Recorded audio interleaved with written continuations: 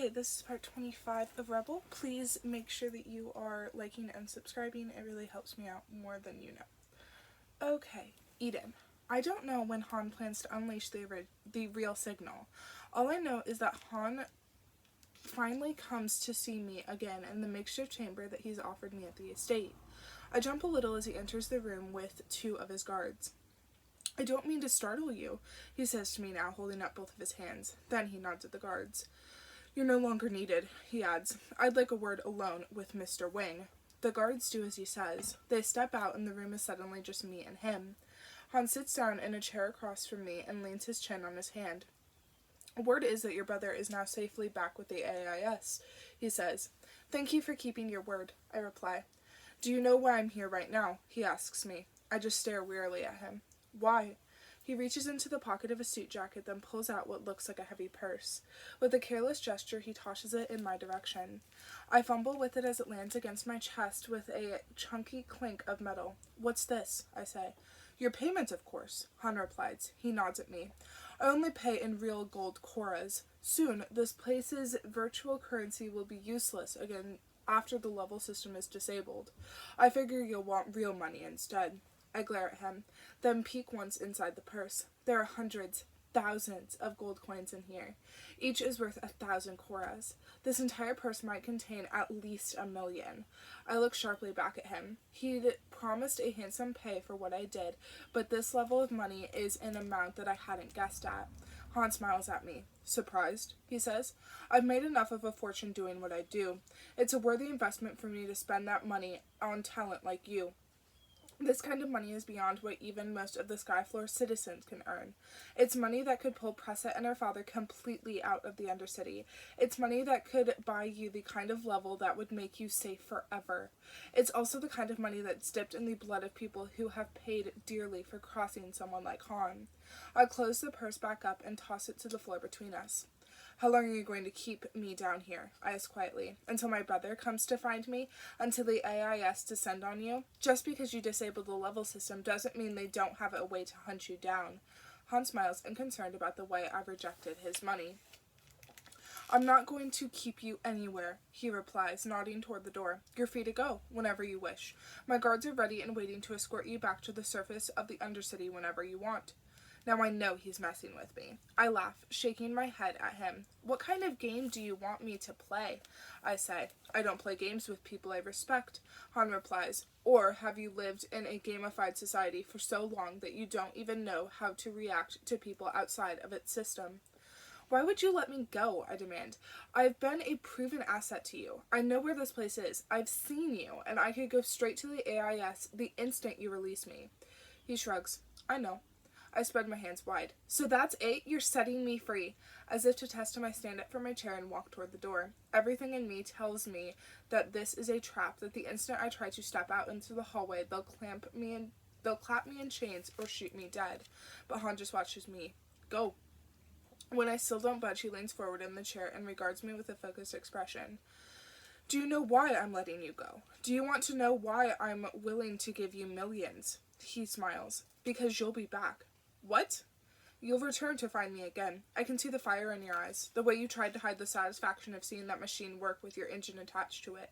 I know that you believe in the same things I believe in. He narrows his eyes. I've hunted you the entire time you've lived in Antarctica, hasn't it? It's haunted you the entire time you've lived in Antarctica, hasn't it? The way this place runs its Undercity, the way the government handles the poor, the level system that is as corrupt as it is innovative. You hate it all, just like I do. I shake my head.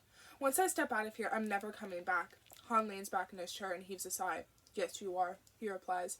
You will, because when you see the chaos that will reign in the city after the level system is disabled, when you see the change it can bring about in the upper-class people you loathe, you'll realize that what I do here is a noble cause. You want to be a part of something significant, don't you? All people with your talent desire to make a difference, and I can help you get there. You can go from obscurity in your brother's shadow to becoming one of the most prominent disruptors of change the world has ever seen. He nods at the purse on the floor. And think of your friend Pressa. You can change her life forever with that, with a new job at my side. I start to shake. You're offering me a job, I repeat incredulously. He nods. Yes, I'm offering you the chance to come work for me permanently.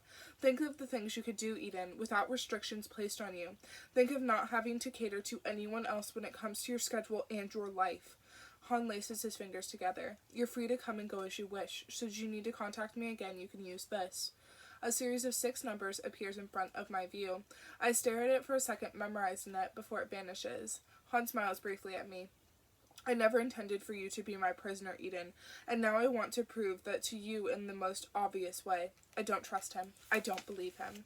And yet I think he's telling me the truth. Somehow this killer, the most wanted criminal in all of Ross City, someone whom Daniel fears and hates, a person who has ruled the Undercity with an iron fist, is the only person I've ever known who seems to see me straight to my core. Now he's offering me a chance to work with him. I can't do this, I tell him. We aren't the same person. We don't have the same beliefs. Han stays even-tempered. You can tell yourself whatever you want, he replies. I understand that it would be difficult to do this, because you would be separating yourself completely from your brother. But I know this is what's in your heart. You want to change things just like I do. And you're tired of other people getting in your way. Tired of being unable to help the ones you care about the most. Tired of being unseen. I stay where I am, my mind whirling with confusion. On a surface level, he's someone I'd need to avoid at all costs. But this... What if I choose not to work for you? I say. Will you still let me go? Han nods. If you choose not to, then what's the point of keeping you here? Life is too exhausting to hold someone hostage every time I need something to get done. He waves at the door. Go. Confide in your friends. Find your brother. Never see me again.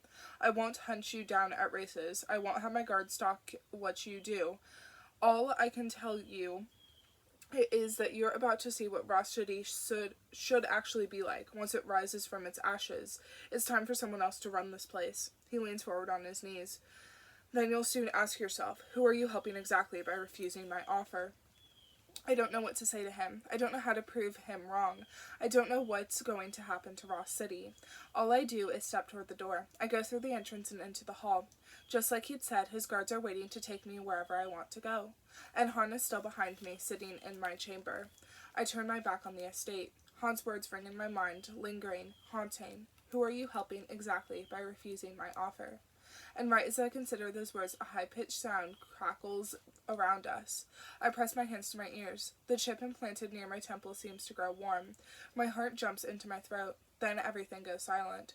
It's over as quickly as it happened, like an electric shock that blitzed right through the walls and floors and us.